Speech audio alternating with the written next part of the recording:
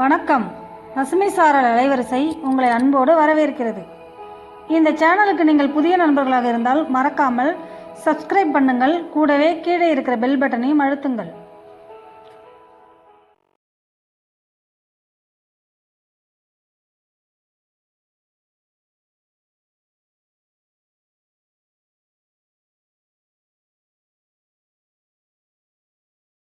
பசுமை சாரல் நண்பர்களுக்கு பசுமை வணக்கம். இன்றைய தினம் நான் எங்க வந்திருக்கிறோம் அப்படின்னாக்கா, புதுக்கோட்டை மாவட்டம் வடகாருக்கு பக்கத்துல இருக்க அணவயல் என்ற ஒரு அழகான கிராமத்துக்கு வந்திருக்கிறோம். இங்க ஏன் வந்தோம் அப்படின்னு சொல்றாங்க, சமவெளியிலேயே மிளகு சாகுபடி செஞ்சு அதில் வெற்றி அடையலாம். அதை தென்னை மற்ற மரப்பயிர்களை மிளகை கொடியாக ஏற்றி அதுலேயும் மகசூல் எடுத்து லாபம் அடையலாம் அப்படின்ட்டு வெற்றி அடைஞ்சிருக்காங்க. அணவயலை சேர்ந்த ஓய்வு பெற்ற ஆசிரியர் அவங்க வெற்றிகரமாக செஞ்சுட்டு இருக்கிறாங்க. பல விழாக்கள்ல பல வேளாண் விழாக்கள்ல பேசி அதன் பயனாக நிறைய பேர் இன்னைக்கு அவரை ஃபாலோ பண்ணி மிளகு சாகுபடி செஞ்சுட்டு இருக்காங்க. அவரை நம்ம சேனலுக்கு இன்னைக்கு பேட்டி எடுக்கிறதுக்காக மலையப்பண்ணூர் இளங்கோ அவர்களும் மற்றும் புதுக்கோட்டை சேர்ந்த நண்பர்களும் வந்திருக்கிறோம். தொடர்ந்து அவங்க மிளகு சாகுபடி பத்தி ஆசிரியர் சொல்லுவாங்க. தொடர்ந்து இந்த வீடியோவை கேளுங்க, அவங்க என்ன சொல்றாருன்னு கேளுங்க, உங்கள் கருத்துக்களை பதிவிடுங்க. அண்ணே வணக்கண்ணே. நான் மலைப்பநல்லூர் கிராமத்துல இயற்கை விவசாயம் பண்ணிக்கிட்டு இருக்கேன். இப்ப பாத்தீங்கன்னா நான் இந்த மிளகு சாகுபடி எப்படி பண்றது போறதுங்கிறதுனால ஈசா மூலியமா சாமிஜி மூலியமா கேட்டேன். அவங்க உங்களை தான் நம்பர் ஒண்ணுன்னு தேர்ந்தெடுத்து எங்கள்கிட்ட சொன்னாங்க. அதனாலதான் உங்களை பார்க்க வந்தேன். பார்க்க வந்துட்டு இப்ப பாத்தீங்கன்னா நாங்க பார்க்க வரப்ப என் நண்பர்கள் பாத்தீங்கன்னா புதுக்கோட்டையில ஐயா அவர்கள் பார்த்தேன். நான் மாதிரி இப்போ இது மாதிரி மிளகு செடியெல்லாம் பார்க்கணும்னு ஆசையா இருக்குண்ணே. உடனே அவருடைய காரை எடுத்துக்கிட்டு எங்களை எல்லா ஏரியாவும் அழைச்சி கொண்டு காட்டுறாங்க. அதுக்கு ஒரு நன்றி சொல்லிக்கிறேன். உங்களுக்கு ஒரு நன்றி சொல்லிக்கிறேன். நான் புதுக்கோட்டை மாவட்டம் ஆலங்குடி வட்டம் அணவயல் பட்டிபுஞ்சை கிராமத்தை சேர்ந்த ராஜா கண்ணா ஆசிரியர். நான் சமவெளியில மிளகு விவசாயம் கடந்த 25 ஆண்டு காலமா செஞ்சுக்கிட்டு வர்றேன். முதல்ல 1 ஏக்கர்ல இந்த மிளகு விவசாயத்தை நான் ஆரம்பிச்சேன். ஆரம்ப காலத்துல இந்த விவசாயத்தை செய்யும் பொழுது தட்டு தடங்களா பல பிரச்சனைகள் வந்துச்சு. எல்லா பிரச்சனைகளையும் சரி செய்து இன்றைக்கு வெற்றிகரமா எடுத்த எடுப்பிலேயே மிளகு சாகுபடிய தென்னந்தோப்புக்களை ஊடு பயிர எளிதா செய்ய முடியும் அப்படிங்கிறத நான் நிரூபிச்சிருக்கிறேன். அந்த அடிப்படையில இன்றைக்கு இந்த இடத்துல 1 ஏக்கர்ல ஆரம்பிச்சு 4 ஏக்கர்ல மிளகு விவசாயத்தை நான் விரிவாக்கம் பண்ணியிருக்கிறேன். ஒவ்வொரு ஆண்டுலையும் 1 ஏக்கர்ல இருந்து காஞ்ச மிளகு 300 இருந்து 500 கிலோ வரைக்கும் எடுக்கிறேன். இன்றைக்கு கிலோ மிளகுனுடைய விலை 900 ரூபாய். அதுலேருந்து நீங்க கணக்கீடு செஞ்சுக்கலாம். இந்த மிளகு வருமானம்ங்கிறது தென்னந்தோப்புக்குள்ள ஊடுபயிர் வருமானம் தான். தென்னை வருமானம்ங்கிறது தனி. ஆகையினால எல்லா விவசாயிகளும் தென்னந்தோப்புல மிளகு விவசாயத்தை ஊடுபயிராக செஞ்சு பயனடைந்து நல்ல வருமானத்தை ஈட்டுவதற்கு நான் ஆசைப்படுகிறேன். நீங்கள் எல்லோரும் இதை கவனத்தில் கொண்டு விவசாயிகள் எல்லோரும் ஊடுபயிராக செய்ய வேண்டும். இந்த மிளகு பயிர் என்பது தென்னந்தோப்புக்களை ஊடுபயிராக செய்வதற்கு படர் மரங்கள் நடணும். படர் மரங்கள் அப்படிங்கிறதுல நீண்டு நெடிய உயரமாக வளரக்கூடிய மரங்களை தேர்ந்தெடுக்காம போத்துகள் நட்டு துளிர் விடக்கூடிய மரங்களுடைய கொம்புகளை கொண்டு போத்துகளை கொண்டு தென்னை மரத்து 2 மரத்துக்கும் இடைவெளியில 8 அடி இடைவெளி கொடுத்து வாத நாராயணன், கிளரி செடியை போத்து, சீமை கிழுவை, பூவரசு இந்த போத்துகளை கைப்பருமனுக்கு குறையாம 8 அடி இடைவெளி கொடுத்து நடவு செஞ்சோம்னு சொன்னா தெற்கு வடக்கு கிழக்கு மேற்கு இந்த வரிசையில 1 ஏக்கர்ல 450 இருந்து 500 போத்துகளை நம்ம நடவு செய்யலாம். இந்த 500 போத்துகளை நடவு செஞ்சு 6 மாதம் கழித்து நீங்க மிளகு நாத்துகளை நடப்பட்டிருக்கக்கூடிய படர் போத்துக்கு பக்கத்துல 1 அடி ஆழம் குழி எடுத்து மேல் மண்ணு மக்குனு குப்பை 2ஐயும் கலந்து 3/4 குழியை நிரப்பி மிளகு நாத்தை பிரிச்சு அதனுடைய மண்ணு சிதையாம வச்சு கையால தோண்டி மிளகு நாத்தை நட்டு நல்லா பதிச்சிடணும். இதுல மிளகு நாத்தை நடும் பொழுது அதனுடைய வேறு சம்பந்தப்பட்ட மற்ற நோய்கள் வராம இருப்பதற்காக நுண்ணுயிரி உரங்கள் கொடுக்கணும். சூடோமோனஸ், அசோஸ்பைரில்லம், ட்ரைகோட்ரமா வெரிடி இம்மாதிரியான நுண்ணுயிர் உரங்களை 1 ஏக்கருக்கு தலா 1 கிலோ வீதம் கலந்து ஒவ்வொரு குழியிலையும் அதை கையால அள்ளி ஒரு சிறங்கைங்கிறது 4 விரலால அள்ளி கிடைக்கக்கூடிய அந்த நுண்ணுயிர் உரங்களை அதுல கலந்துக்கலாம். கலந்துக்கிட்டோம்னு சொன்னா வேறு வழியாக வரக்கூடிய நோய்கள் எல்லாம் தற்காத்துக்கிறோம். அது மட்டும் இல்லாம மிளகுக்கு வேண்டிய சத்துக்களையும் அது தயார் பண்ணி கொடுக்கும் என்பதற்காக அதை சேர்த்து நட்டோம்னு சொன்னா துளிர் விட்டு அது படர்ந்து வரக்கூடிய கொடிகளை ஏற்கனவே நட்டு வச்சிருக்கக்கூடிய அந்த படர் போத்துகள்ல கட்டி விட்டோம்னு சொன்னா 1 வருஷத்துல படர்ந்து கிளைகள் பிரியும். கிளைகள் பிரிஞ்சு வர்றதுல பூக்கள் விடும். முதல் வருஷத்துல அங்கொன்று இங்கொன்று பூ விடும். 2வது வருஷத்துல 3/4 கொடிகள் படர்ந்து பூ விட்டு காய்க்க ஆரம்பிச்சிடும். முழு மகசூலுங்கிறது 3வது வருஷத்துல இருந்து தொடங்கிடும். 6வது வருஷத்துல அதிகப்படியான மகசூல் நம்ம எடுக்க ஆரம்பிச்சிடலாம். 6வது வருஷத்துல இருந்து 1 ஏக்கர்ல காஞ்ச மிளகு 300ல இருந்து ஆரம்பிச்சிடும். அதிகபட்சமா நீங்க பராமரிக்கிற முறையை பொறுத்து அதுக்கு கொடுக்கக்கூடிய இடுபொருள் இதை பொறுத்து ஒரு செடியில இருந்து 1 ஏக்கர்ல இருந்து 500 கிலோ வரைக்கும் காஞ்ச மிளகு எடுக்கிறதுக்கு வாய்ப்பு இருக்கு. அதனால அந்த 5 கிலோ 500 கிலோங்கிறது இன்றைக்கு தென்னந்தோப்புக்குள்ள ஊடுபயிர் வருமானம் ஒரு பெரிய அளவுல கை கொடுக்கக்கூடிய ஒரு வருமானம். இந்த மிளகு செடியை பொறுத்தவரை நோய் தாக்குதல் பூச்சி தாக்குதல் அப்படிங்கிறது இருக்கிறது இல்லை. இந்த மிளகு செடி இலைகள் இயற்கையாகவே காரம் உள்ளதா இருக்கிறதுனால பூச்சிகள்லாம் இதை எதுவும் திங்கிறது இல்லை. ஆடு மாடுகளே திங்கிறது இல்லை. ஆடு மாடுகளே என்னுடைய தோப்புகள் எல்லாம் மாடுகள்லாம் நான் மேய்ஞ்சுக்கிட்டு இருக்குது. இந்த மிளகு இலையை தொடவே தொடாது. அப்படிங்கிறதுனால மிளகு பழத்தையும் மிளகையும் வேற பறவைகளோ மற்ற எதுவும் எல்லாம் எடுக்கிறது கிடையாது. அதுல இது மாதிரி விலங்குகள் மூலமா ஏற்படுகிற சேதாரங்கள் இதுல கிடையாது. அது இல்லாம வருடம் பராமரிப்பு அப்படிங்கிற அடிப்படையில தொடர்ந்து ஜீவாமிர்த கரைசலை கொடுத்தோம்னு சொன்னா செழித்து நல்ல முறையில பசுமையாக வளர்வதற்கு அடிப்படையான ஒரு இடுபொருள். ஜீவாமிர்த கரைசல் தயார் பண்றது ரொம்ப எளிது. 200 லிட்டர் டேங்க்ல 10 கிலோ மாட்டுச்சாணம், 10 கிலோ கோமேயம், 2 கிலோ நாட்டு சர்க்கரை, 2 கிலோ ஏதாவது ஒரு பருப்பை ஊற போட்டு அரைச்ச மாவு, பழுத்த பூவன் பழம் 2 சீப்பு, இது இல்லாம வேற பழங்கள் இனிப்பா உள்ள பழங்கள் இருந்துச்சுன்னா விட்டு கரைச்சிக்கலாம். எந்த தோட்டத்துல நம்ம இந்த ஜீவாமிர்த கரைசலை பயன்படுத்த போறோமோ அந்த தோட்டத்துல 4 இடத்துல மேல் மண்ணை வெட்டி 4 கைப்பிடி மண்ணளவை அதை கொண்டு வந்து கலந்துக்கிறோம். இதெல்லாம் போட்டு கரைச்சு 200 லிட்டர் முழுவதும் தண்ணீரை ஊற்றி நிரப்பிக்கிட்டு அதுல மர கம்பை ஒன்று போட்டு கலக்கணும். காலை மாலை கறக்கணும்னு சொன்னா 3வது நாள் வெள்ளை ஏடா படியும். அந்த வெள்ளை ஏடா படிகிறது நுண்ணுயிரி பெருக்கத்தினுடைய அறிகுறி. அதை நம்ம 1 வாரம் வரைக்கும் வச்சிருந்து நம்ம அந்த சொட்டு நீர் மூலமாகவும் விடலாம். அப்படி இல்லைன்னு சொன்னா வாளியில மோந்துக்கிட்டு லிட்டர் கோவலை போட்டு ஒவ்வொரு தூரக்கும் 1 லிட்டர் ஊற்றி இடுபொருள் கொடுத்தோம்னு சொன்னா இது ஒரு முக்கியமான இடுபொருள், எளிதாக தயார் பண்ணக்கூடியது, பயிருக்கு எல்லா சத்துக்களையும் கொடுக்கக்கூடியதுங்கிறதுனால இதை செய்யறது நலம். அதுக்கு மேற்கொண்டு வருஷத்துக்கு 2 முறை குப்பை போடலாம். குப்பை போடுறதுங்கிறது மாட்டு தொழு உரம். அது இல்லாம காய்க்கிற தருணத்துல பஞ்சகாவியை தயார் பண்ணி காய்க்கிறதுக்கு முன்னாடி இலையில ஒரு ஸ்ப்ரே, பூ விட்டதுக்கு பிறகு ஒரு ஸ்ப்ரே, பிஞ்சா இருக்கும் பொழுது ஒரு ஸ்ப்ரே கொடுத்தோம்னு சொன்னா மிளகு மணியெல்லாம் நல்ல பெரிய அளவுல வரும். இதெல்லாம் மகசூல் பெருக்கிறதுக்கு ரொம்ப உதவியா இருக்கும். இந்த முறையில நம்ம தென்னந்தோப்புக்குள்ள ஊடுபயிர் செய்யறது அப்படிங்கிறது விவசாயிகளுக்கு ஒரு பெரிய வரப்பிரசாதமான வருமானத்தை கொடுக்கக்கூடிய மிளகு பயிர்.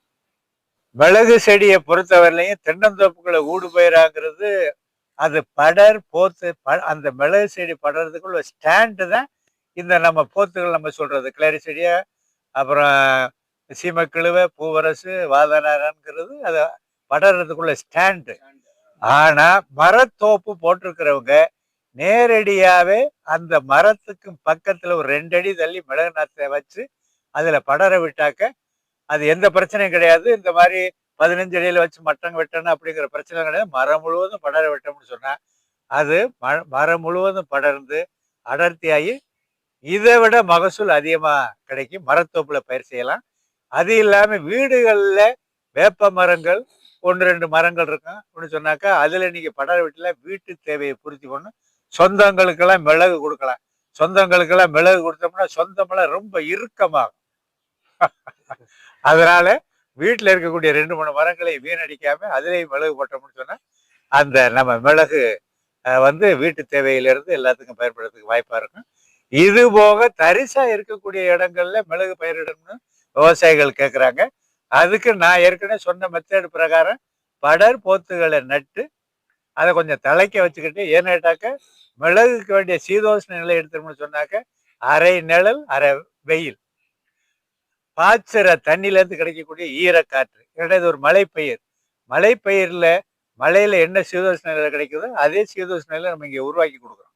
அப்படிங்கிறதுனால தரிசு நிலங்கள்ல இந்த மாதிரி படர் போத்துகளை நட்டு 8 அடி இடைவெளியில படர் போத்துகளை நட்டு அதுல இந்த மிளகு சாகுபடியை செய்யலாம். அந்த மாதிரி 3 வகையா 4 வகையா இந்த மிளகு சாகுபடியை செய்யறதுங்கிறது வாய்ப்பு இருக்கு. அதை நம்ம விவசாயிகள் கடைபிடிக்கலாம். மிளகு கன்று நாங்க உற்பத்தி பண்றோம். மிளகு அறுவடை முடிஞ்சதுக்கு பிறகு அந்த தூரடியிலேருந்து கிளம்பக்கூடிய ஓடக்கூடிய ஓடு கொடிகள் அதை எடுத்து அதுல இருந்து மிளகு நாத்துக்கெல்லாம் தயார் பண்றோம். மிளகு நாத்துகள் அப்படிங்கிறது இப்ப நம்ம தோட்டங்கிறது தமிழ்நாடு மற்றபடி தென் மாநிலங்கள், இன்னும் சொல்ல போனாக்க வெளிநாடுகள்ல இருந்துலாம் நிறைய தொலைபேசியில தொடர்பு கொள்றாங்க. நாத்துக்கு பெரிய அளவுல தேவை இருக்கு. நமக்கு வருஷத்துக்கு பார்த்தோம்னா அதிகபட்சம் ஒரு 4000-5000 நாத்துகள் தயார் பண்ண முடியுது. அதுல முன்பதிவெல்லாம் வச்சிருக்கிறாங்க. அதுக்கு அவங்களுக்கு நம்ம இந்த மிளகு நாத்துல நம்ம கொடுத்துக்கிட்டு இருக்கிறோம். அது எல்லா வகையிலையும் எல்லா இடங்களுக்கும் போய்கிட்டு இருக்கு. மிளகு நாற்றுகள் நடவு பண்றதுக்கு சிறந்த மாதம் எந்த மாதம்? மிளகு நாத்து சரியான கேள்வியை கேட்டிருக்காரு. மிளகு நாத்து நடுறதுக்கு உகந்த காலம் அப்படின்னு எடுத்துக்கிட்டோம்னு சொன்னா, தென்மேற்கு பருவமழை 2-3 மழை பேஞ்சு வெயில் மாறி ஒரு குளிர்ச்சியான சீதோஷ்ண நிலை உருவாகின காலத்துல இந்த மிளகு நாத்தை நட்டோம்னு சொன்னாக்க தளர்ச்சியா கொடி வளர்ந்து படறதுக்கு வசதியா இருக்கும். இந்த மாதிரி சீதோஷ்ண நிலை எப்ப வரைக்கும் இருக்குதுன்னாக்க ஆங்கில மாதத்துக்கு ஜனவரி பிப்ரவரி வரைக்கும் இருக்குது. அப்ப ஜூலை ஆகஸ்ட்ல நட ஆரம்பிச்சாக்க ஜனவரி பிப்ரவரி வரைக்கும் நம்ம மிளகு நாற்று நடலாம். அதுக்கு உகந்த காலம். அதுக்கு கொஞ்சம் குளிர்ச்சியான சீதோஷ்ண நிலையும் மழை ஈரம் இருக்குங்கிறது. அது வெயில் காலங்கள்ல அந்த மாதிரி மே ஜூன் மார்ச் ஆரம்பிச்சதுனால வெயில் ஆரம்பிச்சு மார்ச்ல இருந்து ஜூன் வரைக்கும் நடுறதை நம்ம தவிர்த்துக்கணும். சரிங்க. அப்ப மிளகு சாகுபடியில் உள்ள தொழில்நுட்பங்கள் எந்த பருவத்தில் நடவு பண்ணா மகசூல் விவரங்கள்லாம் அழகா தெளிவா சொல்லிட்டீங்க. இப்ப நீங்க சொல்றது வந்து ஏக்கருக்கு 300 கிலோ கிடைக்குதுன்னு சொல்றீங்க. கிலோ வந்து 1000 ரூபாய் சொல்றீங்க. இப்ப இந்த கணக்கு போட்டு பார்த்தாக்க எங்கேயோ போய் நிக்குது. அதாவது வந்து ஒரு ஊடு பயிர்ல இவ்வளவு மகசூல் கிடைக்குமா, இவ்வளவு லாபம் கிடைக்குமாங்கிறது ஒரு மலைப்பா இருக்கு. இவ்வளவு விஷயங்களை நீங்க பல ஆண்டுகளாக மக்கள்கிட்ட விவசாயிகிட்ட சொல்லிட்டு தான் இருக்கீங்க. ஏன் இதை வந்து முழுமையா எடுத்துக்கிறதுக்கு விவசாயிகள் தயங்குறாங்க? இதுல தொழில்நுட்பம் நிறைய இருக்கு. இப்ப நம்ம பகுதியில நான் பயிர் பண்றதை வச்சு அவங்க மற்றவங்களை என்ன நினைக்கிறாங்கன்னாட்டாக்க, அவர் ஆசிரியருக்கு பொருளாதார வசதி இருக்கு, அவர் அதுக்கு கிடந்து படுத்து உருண்டு எழுந்திருச்சு என்ன வேணும் பண்ணிக்கிட்டு இருப்பாரு. நம்ம அது மாதிரி எளிதெல்லாம் பண்ண முடியாது. அதனால அவர் பண்ணிக்கிட்டு இருக்கிறத வச்சு பார்த்தோம்னு சொன்னா பணம் காசு நிறைய செலவாகும்னு ஒரு சந்தேகம் இருக்கு. ஆனா இதை வந்து நான் பயிற்சி வகுப்புல கலந்துக்கிற பொழுது எல்லா விவசாயிகளுக்கும் சொல்றது வந்து, மிளகு விவசாயம் பண்றதுக்கு உங்களுக்கு காசு பணம் தேவையில்லை, மற்றபடி எதுவுமே வேண்டியதில்லை. அதுல ஆர்வமும் ஈடுபாடும் இருந்தாக்க நீங்க வெற்றி அடைஞ்சிருவீங்க அப்படிங்கிறத நான் சொல்லுவேன் பயிற்சி வகுப்புல. அதுல வந்து எப்பவுமே இப்ப நம்ம பகுதியில மிளகு விவசாயம்லாம் செஞ்சு வெற்றி அடைஞ்சிருக்கிறவங்க எல்லாருமே ஆர்வம் இருந்ததுனால அதை செஞ்சு வெற்றி அடைஞ்சிருக்கிறாங்க. எப்படியாவது செய்யணும். இப்ப எனக்கே நான் ஆரம்பத்துல வந்த இடர்பாடுகளை வச்சு பார்க்கும் பொழுது அப்பவே விட்டு ஓட்டிட்டு இது நமக்கு ஒத்து வராதுன்ட்டு போயிருக்கணும். எப்படி நட்டுனாக்க படர் மரங்கள் போட்டு ஒண்ணுமே சரியா வரல, அகத்தி மரம் போட்டு சாஞ்சு போச்சு. அப்புறமா இந்த முள்ளு முருங்கைங்கிற மரத்தை கொண்டாந்து போட்டு ஆட்கள்லாம் வேலைக்கு வரல.